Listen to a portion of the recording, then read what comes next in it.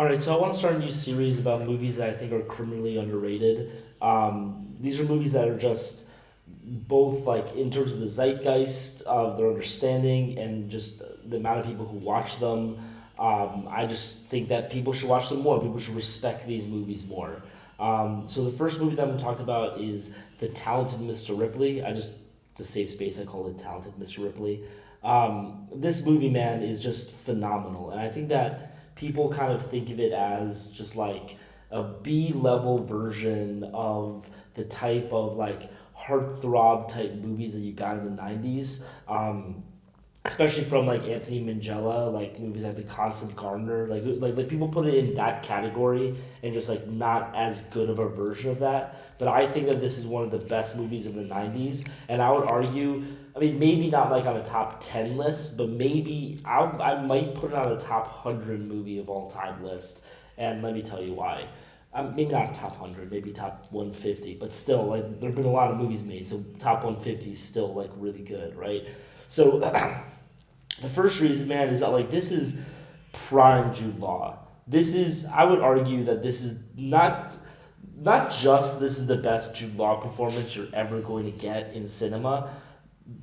Having seen most of Jude Law's other movies, this is also like the most Jude Law you're ever gonna see. This is Jude Law being able to be Jude Law and just like allowing him to really become the actor that he is supposed to be. Um, and like you just look at like um, I'm gonna get back to the specific performance, but like I think that Jude Law in general is kind of like one of the most wasted talents in Hollywood. I think that if we really had a chance for Hollywood to um, make him one of like I think he should have been one of the biggest stars in Hollywood.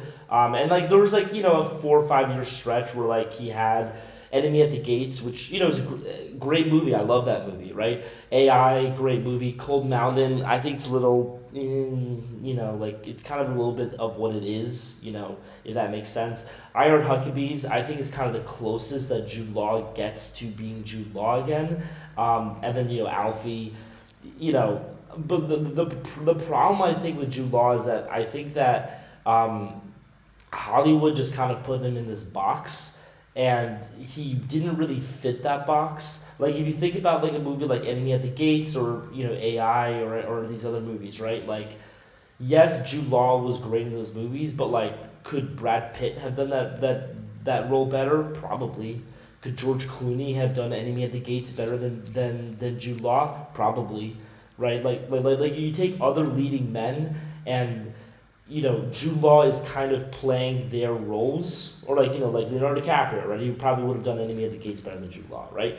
Um, Jude Law was kind of doing these other leading man roles when like he could obviously do it and he did it well, but I think that for a Jude Law performance, like there was something really interesting and special about him as an actor, and when you watch The Talented Mr. Ripley, you really get this person, right? This actor, and you realize just how much Hollywood has kind of squandered him as a talent. I think the closest that you kind of get to him is I Heart Huckabees, but one of the problems with I Heart Huckabees, I think, is that he gets a little too campy at the end.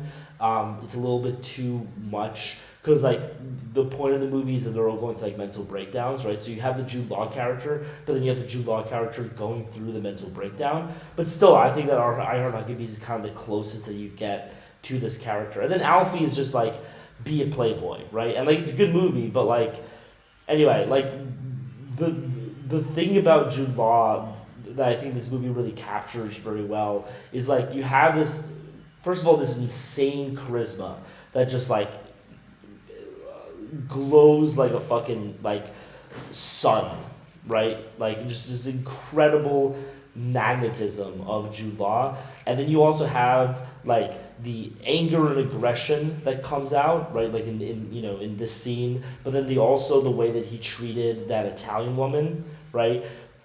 The way that he treats Gwyneth Paltrow, and you just see this just incredible depth of the way that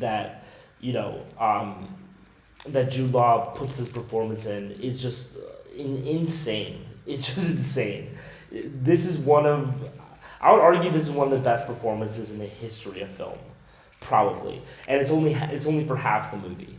And like this is the first thing that I bring up when I bring up the movie. I think it's the first thing that anybody thinks of when they think of the movie. And then also like, look, I'm straight, but like I understand why Tom Ripley was gay for Jude Law in this movie. This guy could wear a fucking outfit in this film. I remember like when I saw it. I've seen this movie maybe like 20 times. Like when I saw it, like for like the 10th or 15th time, I was like, man, like let me see if I can pull off some of that. You know what I mean? Like you kind of start seeing him wearing these things, and you're just like, man, like this like black button down and like white slacks. Like I can do that.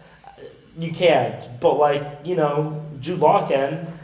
Anyway, I'm gonna stop. I'm gonna get off Jude Law's dick by now, but like I just think that it's an incredible performance. It's an incredible performance that you don't see in any other Jude Law movie. Every other Jude Law movie is kind of put in this box. Again, as I said, Iron Huckabees, you kind of allow him to do that, but again, he's not really in Iron Huckabees that much as a film, and by the time he really starts to be him, his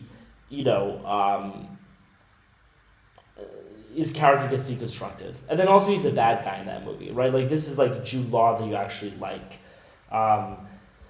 Anyway, second performance I think is great, man, is that this is just A+ Philip Seymour Hoffman. I'm not going to say this is the best Philip Seymour Hoffman movie just because he has a lot of like really great performances and a lot of really great roles. But like Philip Seymour Hoffman, I know that people like really like to, people hate the fact that you have actors who are just role actors, and so when the people talk about people like Philip Seymour Hoffman, they like to be like, oh no, it's actually like one of his starring movies that's one of his best roles. I disagree, man. I think that like if you have a supporting actor who is just an incredible bit role player, like watching him get, make it like a basketball analogy, right? Just like watching this guy go in for 10 minutes a game and just put up shots, and like really like nail down the other team and then let the stars come back in. I think that's, you're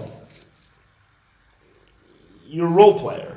And I think he's an amazing role player. And this is just one of those incredible role playing movies, right? So you start out, your introduction to him is he comes out of this like red Fiat and he's just like, wouldn't you just love to fuck every single girl at least once? And then you see him have this kind of like dark turn towards Dickie, where it's just, the line where it's just like, man, Dickie, I would love to be you, sitting around, on his father's money, yada, yada, yada. And you start to see him build this tension between Dickie, with Tom Ripley and Dickie. And then, you have the boat scene as well, where it's just like, Tom.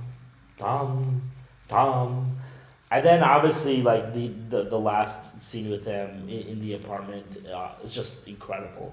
And then going off of that, man, like I think this is just like all like I think one way you can really tell if a movie's good is just by the quality of their supporting actors, and this one just has all of them. Like Cate Blanchett just comes in, again, 5-10 minutes of this movie and just puts up numbers, right? And I think that she really does like a great job of,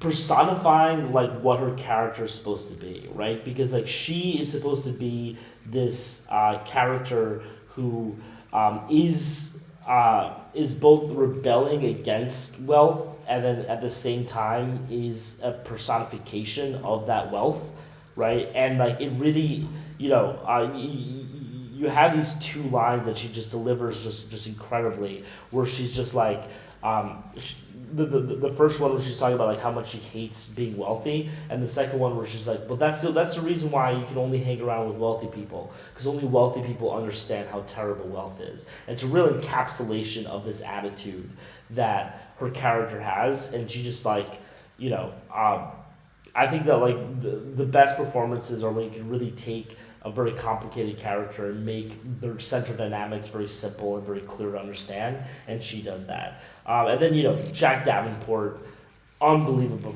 performance by Jack Davenport. I said that like I'm not gay, but I would be gay for Jude Law in The Talented Mr. Ripley.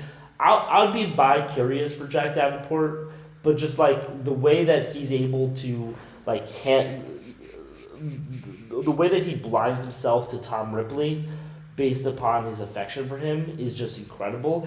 And I think that like the scene where he comes to Tom's apartment after Tom's fight with Gwyneth Paltrow is just such like the way that he reacts to that situation. And he has this moment where he has to decide like which side am I on, and you see that brief struggle in his eyes is just unbelievable acting. And then you have Philip Baker Hall doing what Philip Baker Hall does just incredibly well. It's just I love Philip Baker Hall, so to be able to get Philip Baker Hall for like 3-4 minutes in any movie, I mean he's dead now, but like is always a treat, right? And then James Rebhorn, as Dickie's father, has that performance nailed down. So I think that in all, like this is just a movie of just incredible acting across the board. And when you kind of like go see a movie, it's like, what am I in this for? And like if you just see The Talented Mr. Ripley as like, hey, I'm just gonna see some incredible performances for 2 hours. Like that's reason enough to watch the movie. It's just a fun showcase of all of these amazing actors doing what they do really well. And I think that like what Anthony Minghella does incredibly well in this film. And like I put his like character, I put his actor directing in this film on par with any other director in any film ever. I'm sorry, I will. Because like he gives every single actor in this film just the incredible space to do every single thing that they want with their character and like really deliver the incredible performances that they need to. That being said, I think that like the performances of Matt Damon and Gwyneth Paltrow are kind of meh. Like Gwyneth Paltrow delivers, she kind of does what she needs to do. And I think that Matt Damon kind of plays, weirdly for a Ripley movie, he kind of plays a straight guy. And like you have all these performances going off of him. So he's not able to do that much in the film because he needs to allow all of these other actors to work off of him. And I think that's the reason why the movie, and I'll talk about this we'll talk about it right now. I think this is one of the reasons why the movie is kind of as underrated as it is, because you don't have this like force of personality main character performance. You just have a lot of these other smaller little performances, except for Jude Law. But again, Jude Law is only in the movie for half the film, right? So people when watching this movie just like don't feel that it's like a Matt Damon performance, right? But like that's the thing about Matt Damon as an actor, is that like, can you think of like really like a Matt Damon performance? Can you think of like a Matt Damon movie where he really wowed you? Like like Matt Damon is an understated actor, and I'm not saying this is an insult. That's just how he plays his roles, right? Even like think about like a Good Will Hunting, right? Like are you watching Good Will Hunting for Matt Damon, or are you watching Good Will Hunting for Robin Williams, for Ben Affleck, for Casey Affleck, for all these other actors and actresses, right? Are they the ones who are delivering the performances for you? And again, it's not a critique of Matt Damon at all. If anything, this is a compliment, right? Like what he does really well is he's able to draw out great performances from the people that he plays with, and he allows them to shine without needing to shine himself, right? He's not the guy who puts on like a tracksuit and false teeth and is just like, I'm gonna play this character, man. Like he's like, I'm gonna allow everyone else to really do what they do very well. But that being said, like it's just not because of that, it's not like a great Matt Damon performance. And also like in terms of this movie specifically, if I remember correctly, the story about how Matt Damon got cast in this film, and internet correct me if I'm wrong, but I heard him talk about this in an interview, is basically in order to get Good Will Hunting done, he needed to sign a 3-movie deal with, funnily enough, Harvey Weinstein, and it was basically Good Will Hunting, and the second movie I think was Rounders, and then the third movie was The Talented Mr. Ripley. So Matt Damon was kind of forced into this movie, which I think like also plays up this aspect of it. Like I don't think Matt Damon, you know, just from a personal level, really comes back and like sees this as like a one of my great films because he felt like he was forced into it because he was just like, look, I have this 3 movie deal with Harvey Weinstein. I just want to get out of it as quickly as possible. That's not to say that he was unprofessional in the movie. Like he delivered a great performance, but I think that like in order for a film to catch on and get this like mythic status, you need the actors in the film to really push that film as a film, and you just don't have Matt Damon doing that. Like I think that I don't know. I haven't heard him in an interview ask this question, but I think that if you ask Matt Damon for his top 5 films, I don't think he puts The Talented Mr. Ripley in that category, but I certainly do. I think it might be maybe his best film. So why do I think this movie is great? So again, like I was talking about the acting, I kind of like went on like a side quest in what I was talking about. But I think that like besides the acting, which I think is incredible in the film, I think that this is one of the most bold storytelling decisions in probably the history of film. Again, I've seen a lot of movies, way too many movies, and like I can't think of a movie that really was like, again, I'm using the word bold specifically because like what happens in this movie is that you basically have, first of all, you basically have 2 separate stories, right? Not to like spoil anything for anyone who wants to watch this movie, but like you have pre-boat and post-boat, right?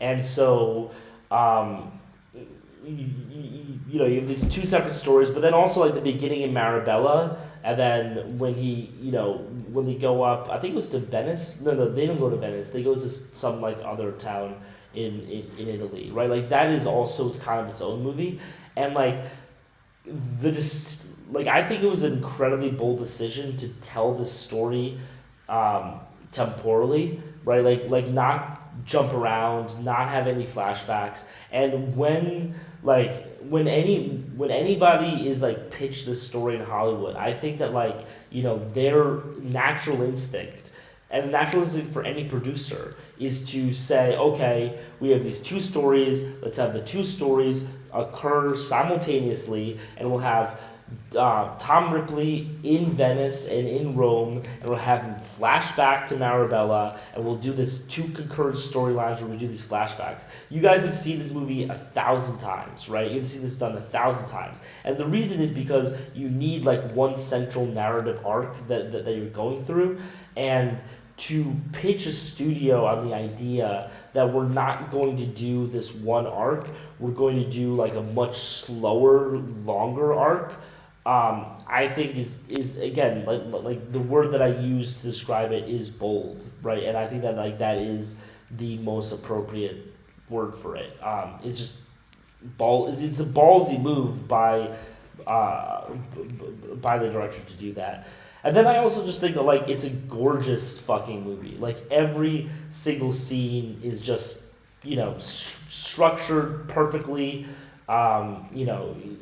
You have these scenes where they're like on these boats in Italy, in small town Marabella, in Rome, in Venice. Like even the jazz club scenes are gorgeous. Like every single frame of this movie is just so pretty to look at.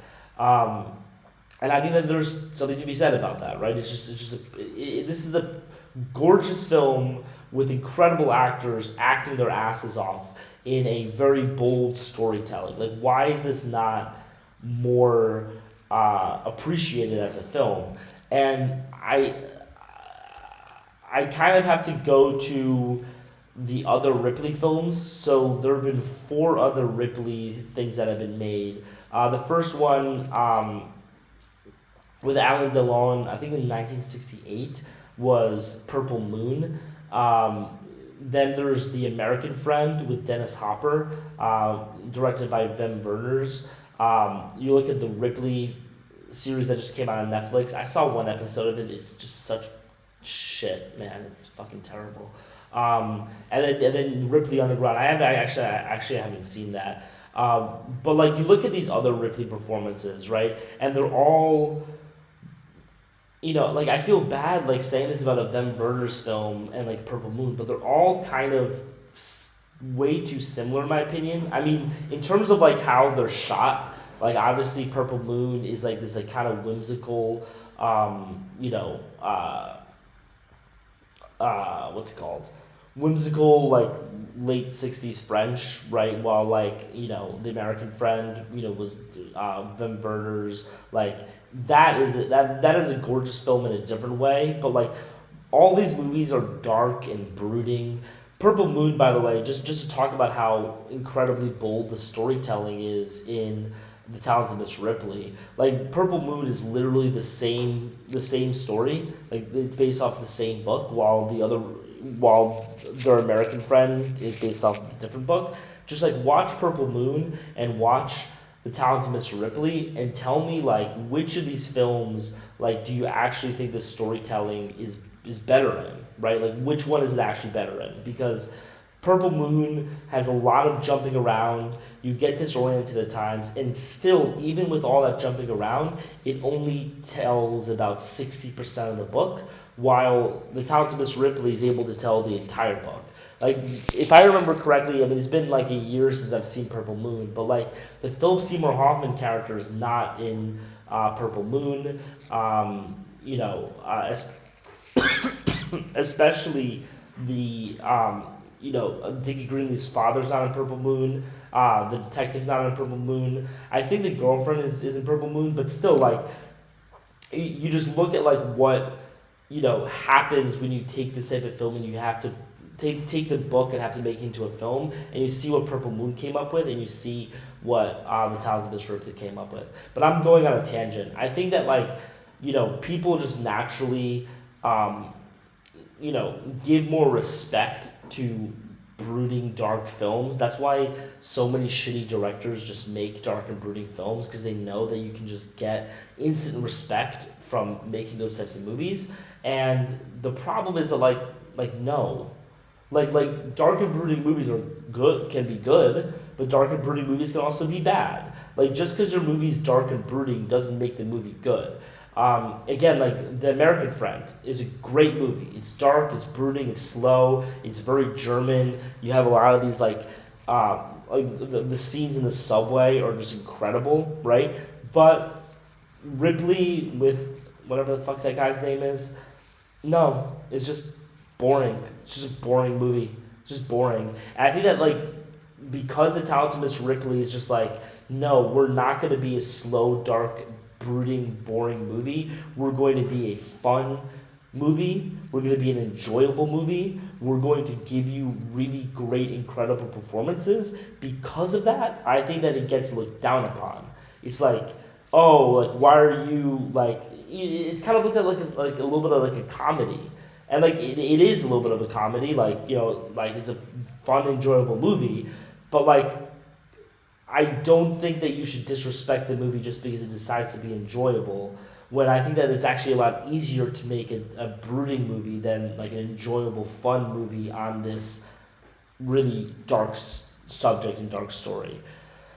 And also, like, going back to what I was saying before, I kind of jumped the gun. Like, it is kind of seen as like a studio type of like, um, Matt Damon was forced into making this type of movie type thing, like a studio type of B movie type of movie. And because of that, like it's also looked down upon because like it's not like the studio didn't really get behind it, I think, and like push it in the way that they should have because it was that kind of movie.